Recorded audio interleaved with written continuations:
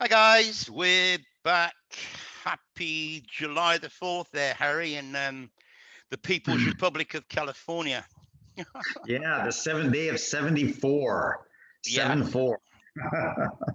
gotta love the 74. So Yeah. how's things, bro? You had a good day?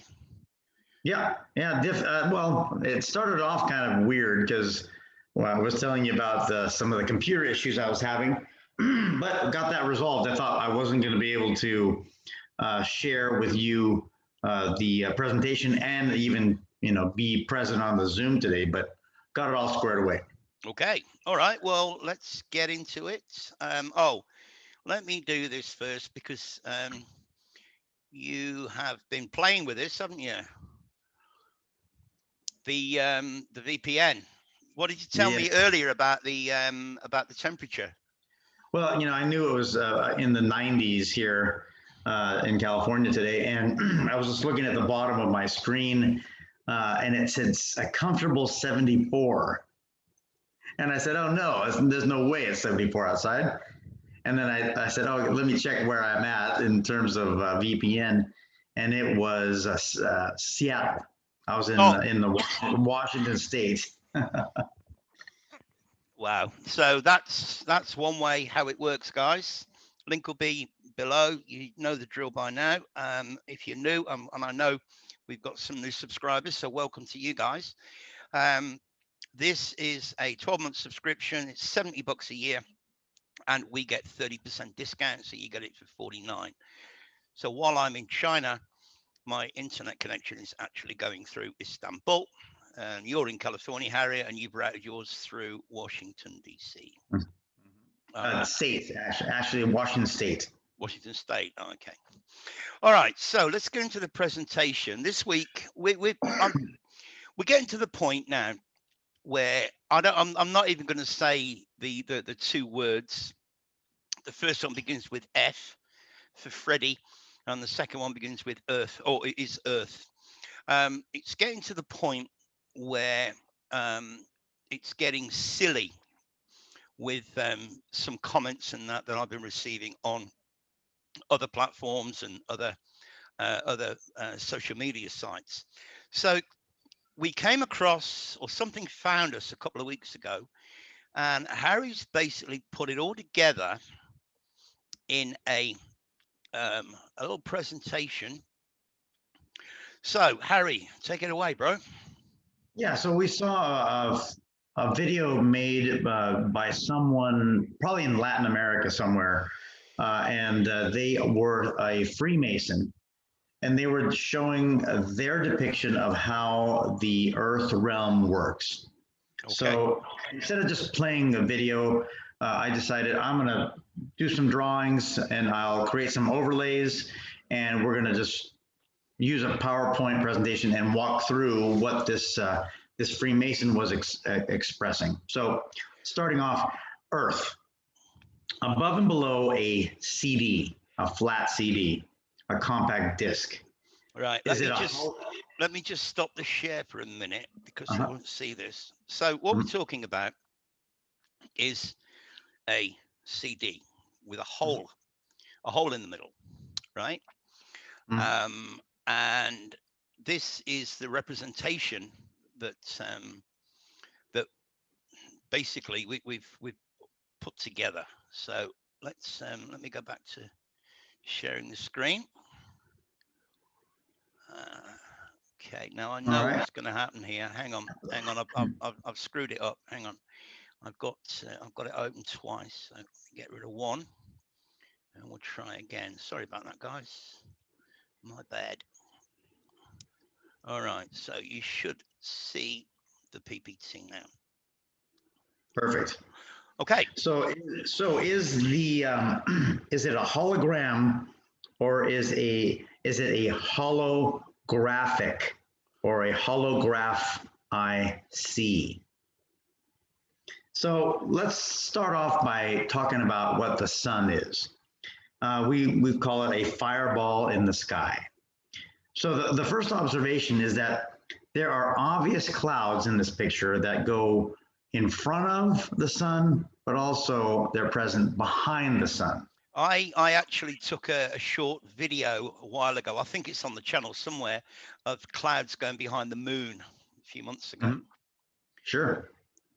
So in the sky, that type of phrase would say that, or it refers to the atmosphere. So in my opinion, they, and I put it in the capital they, we're talking about the Yehudans, we've talked about that in the past. They have been telling us all this time that the sun is really a local anomaly. It's not 93 million miles away. The 93 million is just another number to amaze the viewers with their black magic tricks. Well, if you look at the numerology of that, 9 and 3 is 12, 1 and 2 is 3. Then they tell us the moon is 237,000 miles away. 2 plus 3 plus 7 is 12, 1 and 2 is 3. So there's your 33 in the sky, basically. Yep. So let's look at this picture. This picture is a cloud with the rays bursting through, and these rays are called crepuscular rays. And this is a phenomenon that only can happen if the light source is very close behind the clouds that are covering them. So when the sun ray passes through the clouds at an angle, what does this say about the source of the light? Only one thing: the source is close, it's local. Again, the 93 million miles is bullshit. It's just another black magic distraction that the magician or the performer is using to mesmerize his audience. So yes, it's a local sun. The formation of that hotspot that you see is another indication that that sun is not 93 million miles away. The simple test is go get a flashlight, place it over a flat surface, and put it close to the surface. The surface is going to have a hot spot right where it's close. Now, if you take the flashlight and you pull it away from the surface, that hot spot disappears. So naturally. There was a guy that did a little video with a glass of water and a torch. Remember the one that I sent to you? I'll link that below, because that will also help people get an idea of how this thing works. Okay. Yep. All right. So here's your big bang. Yeah, so I get this big bang of all my overlays all on top of each other, and I say, oh crap, a big bang, a big mess has just happened on my tabletop. So all the transparencies that I've created, I just threw them all together and took a picture of it. This jumbled mess is probably what the little g God of the Bible was trying to unravel. The L. Yeah, L. Yeah, when he was attempting to copy the true original Earth. Okay, so the one thing we want to make certain that you understand is that there was once a creation of an Earth. Yeah. And that was probably for purposes of learning, like a school. So it wanted all the perks of that original creation, but in his miscalculations, he had unwanted properties of a copy that were still from the original. Yeah. So what does that fake God have to do? He has to create reasons for wars and destruction to get rid of some of the evidence. And that's what we see in the world wars and so forth. Mm-hmm.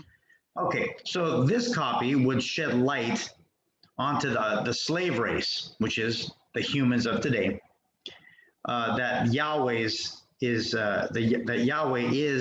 really just a Yahoo, and that he fucked up when he did his editing job.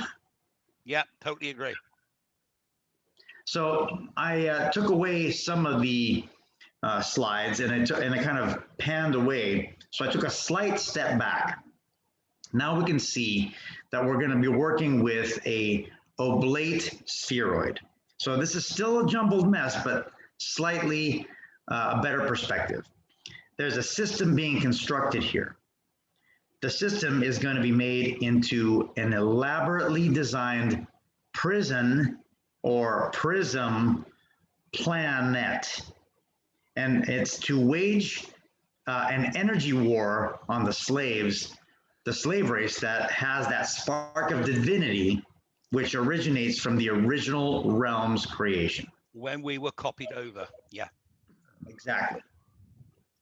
So now I've moved some of the overlays away from that spheroid. So there's a little bit more organization here. Let's move the overlays and let's get started. It kind of looks like a compressed sphere if you ask what is an oblate spheroid. But it's not really solid, so to speak, just in a schematic form. Okay. So here's what the clear depiction of what the oblate toroidal spheroid will look like.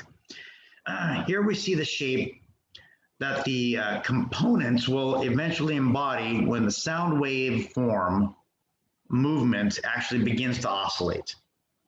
The frequency will begin a chain reaction that will inhabit this soon-to-be form that we're going to be looking at. So what happens is we're going to get bisected by the this DVD shape that, that Nigel showed in the beginning of the presentation. That CD is going to be right smack dab in the middle. So we look at the bottom of the spheroid and we see what looks like a swastika. And I put two depictions of that small, what they call a fly fought cross. And, you know, what I looked up, it said in the 2nd and 3rd century, early Christians exclusively used to use this type of symbol rather than just the traditional cross. Again, those are just numbers that the world uses. So just like a DVD player would shoot light onto a DVD to get you to be able to see the image, that's what this cross at the bottom is going to be doing. This swastika type cross is going to shoot light not only at the bottom of the CD, but also through the center of that CD. Now that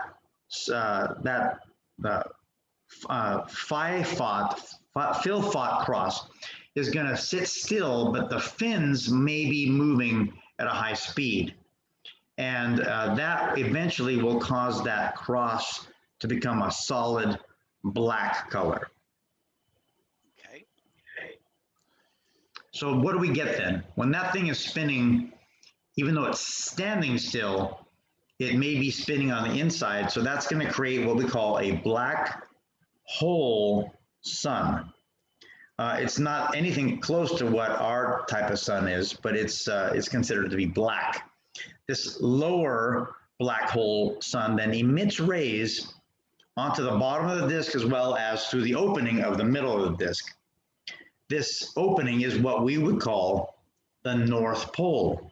And you can see that there is like a little mountain range on the outside of the inner part of that opening.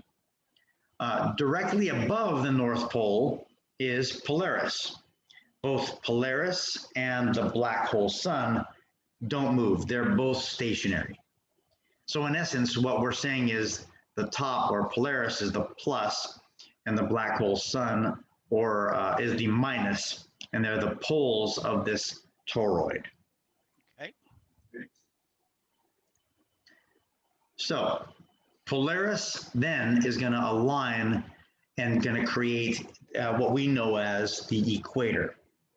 So the rays that are coming from below of the black hole sun are going to intersect what the rays that Polaris creates that land on the disk that we know as the flat Earth, or the flat plane. So the intersection of these two rays on both sides are going to create a atmospheric sonoluminescence that we're going to call, and that's the next slide, the sun and moon time matrix. Now that we have the shape of the spheroid and the crossings on both sides, what happens is a sun is created on one side and a moon is created on the other side. The sun is going to govern the hours of the clock, and the moon is going to govern the days and months of that clock or calendar. So we also look at that, and we can depict that the height of both the sun and moon are roughly, well, I think he states there exactly 3,300 miles. There's that 33. Yeah, again.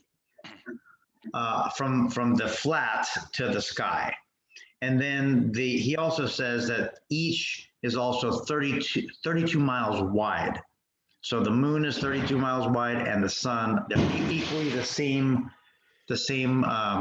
width.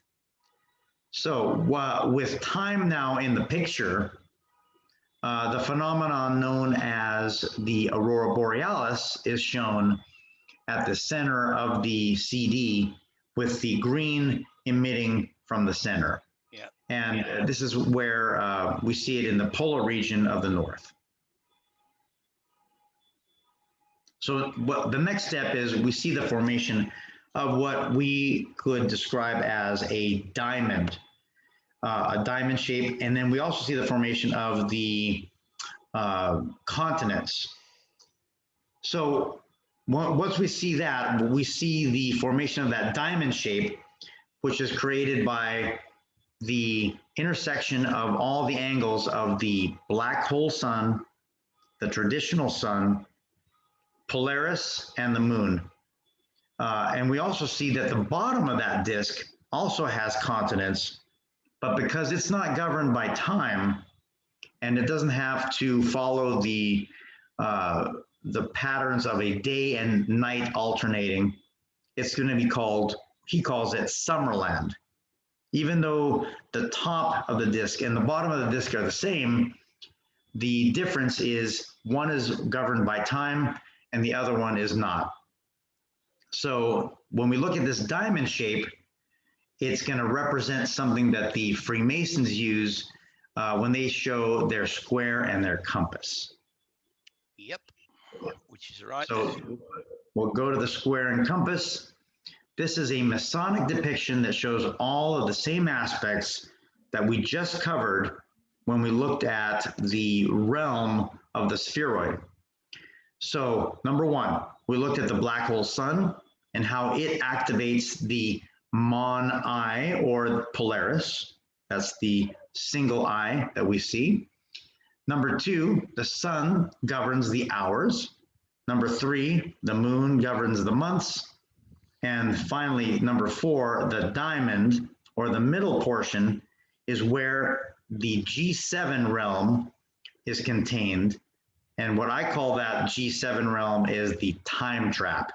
Interesting. Because interesting that there's a meeting called the G7. Nothing happens by coincidence, does it? Exactly. And that G7 also we've talked about in previous podcasts is the realm that humanity exists in. We're the six because we have the 3 6s, but our palm indicates that we are stuck in the realm of 7. Yeah. Right? Yep, definitely. So we look at the Temple of Solomon, and again, this is a Freemason type concept. And what are we being told here? We're being shown that Sol, and Mon all really are the same word. And do you remember what the third language was? I know that in Latin, sun, the sun is Sol. Yeah. And I believe in Egyptian, is also sun, but I don't recall which language. It might have been Hebrew. It might have been Hebrew. I can't remember. But it also, all three of those words are telling you about the sun. And because I do know Spanish, I know if you take the word soul and the word luna, and you drop one of the L's, you can get the word the two words Sol Una, or one sun. And what we're really being told about is the one eye that's really looking at us, which is Polaris, which is powered by the black sun. And that is the Demiurge. The Demiurge, that blind, one-eyed god. Well, mon, as in mono, also Mhm. means one. So That's for right. money, on the back of the dollar bill, you've got the all-seeing eye on the back of your mon eye, money. Yeah. And Or then what about the word monopoly? yeah, One has a lot. mm, One has a lot. Monopoly. yeah. Well, poly means many, and mono means one, doesn't it? Of many, one. Yeah. So that is what it really is, guys. Um, the oblate spheroid, as Mr. Neil discussed, wants to tell us. Um, so it's kind of both. And as you say, Harry, if it is spinning, it's only going to be the outer ring that spins. If you look at the depiction on the bottom, and you imagine that the center ring, it would be, say, for argument's sake, Antarctica. The outside ring spinning, and the inside ring not. So this kind of comes back to what I've said for a long time now, that it's all about deception. The truth is there in the lies. You know what I mean? They make it so obvious that they dress it up. Um, so you got to choose this one or this one. You can't have both. How many times were you told that when you were a kid? You must Yeah. choose. You can't have both. Well, why Yeah. not? Why not? Well, all the teaching too. We talk about the teaching, how it's didactic, and you're not given any choice for freedom or originality. No, You're either right or you're wrong, and it's all according to their standard, and there's no room for any interpretation no, or any deviation from no. their teaching. And it's amazing how quickly things change. When I was in class this morning, I'm teaching a group of 18-year-olds, right? And we watch movies and we talk about movies and so on and so forth. It gives them a good chance to listen to English. And they put on this. They want to watch this Marvel movie. Forget what it was called.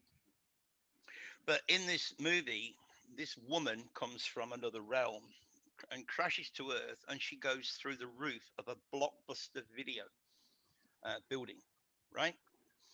Now, you might find this hard to believe, but these kids, 18 years old, didn't know what a video was in that context, as in a VCR player that you would go to Blockbusters and you would hire a movie and then you'd take it home and play it. And they're like, what?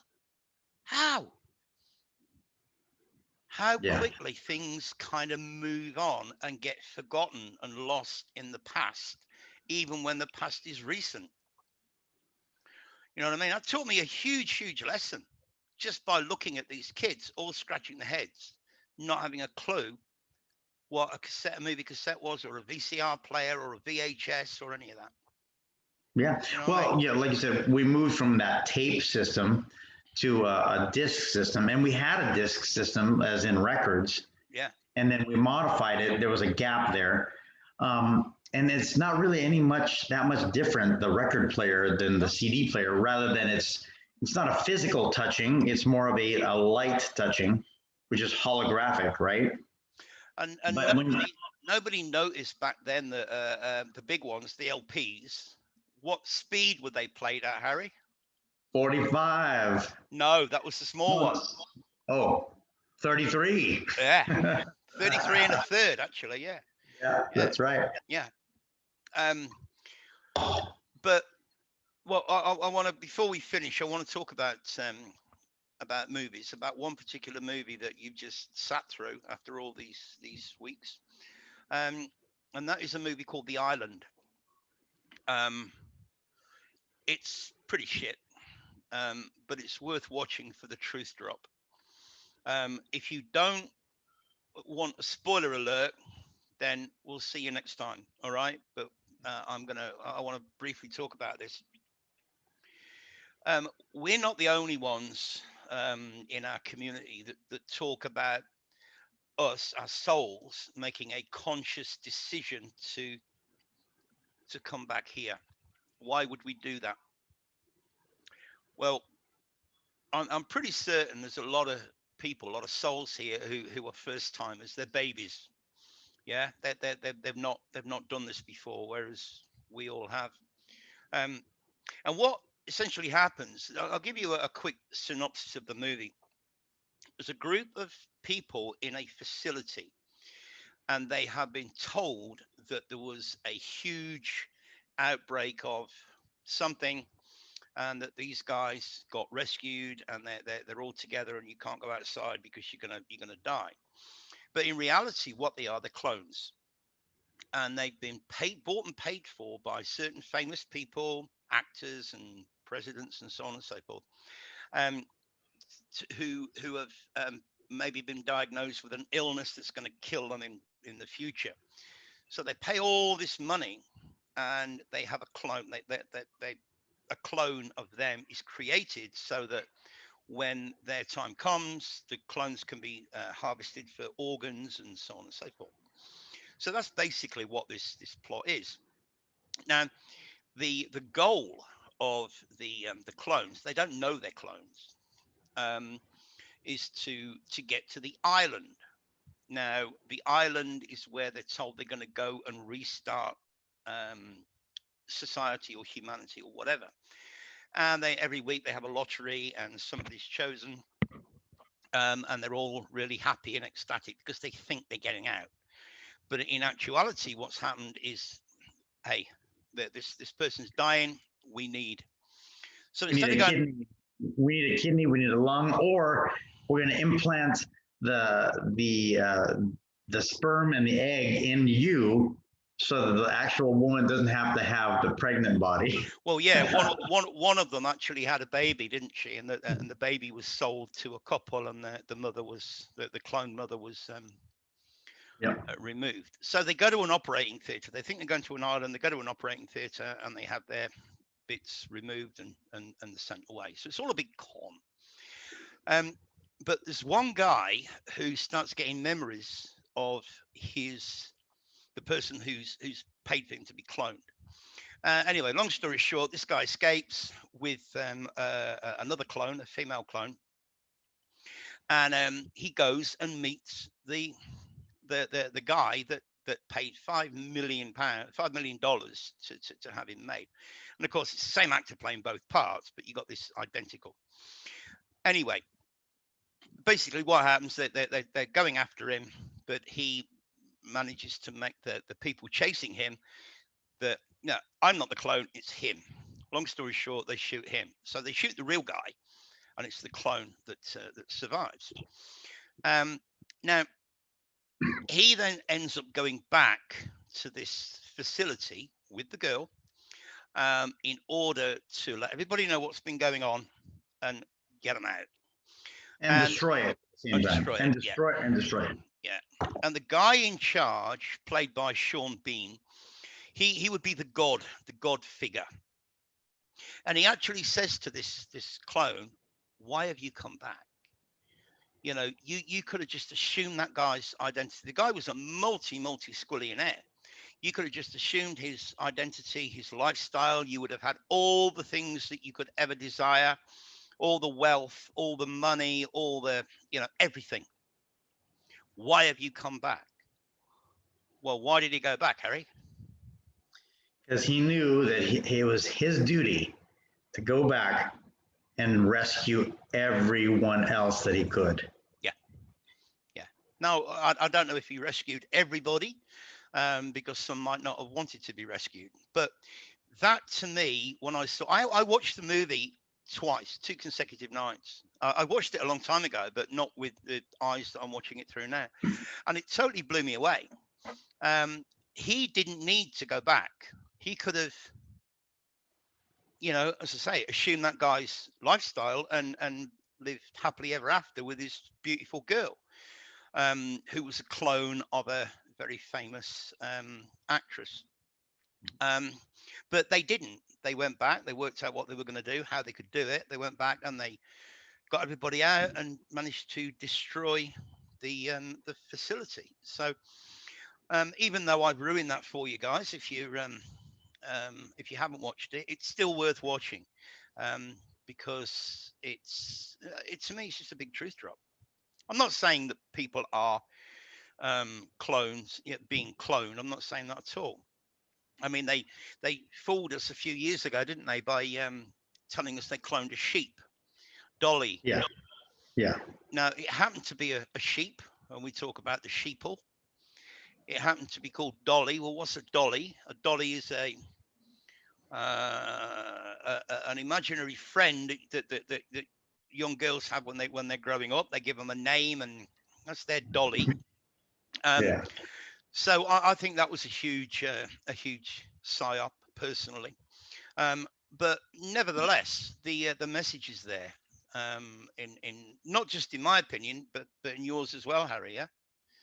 Yeah. I mean, we hear Anne Marie Eber always talks about the desire that a human being typically has in not just escaping by yourself, but going to find your true self and getting everyone else out of there that you can. So I see that as being a truth that we see in, Hollywood is going to make it look like it's just a bunch of bogus bullshit by talking about clones.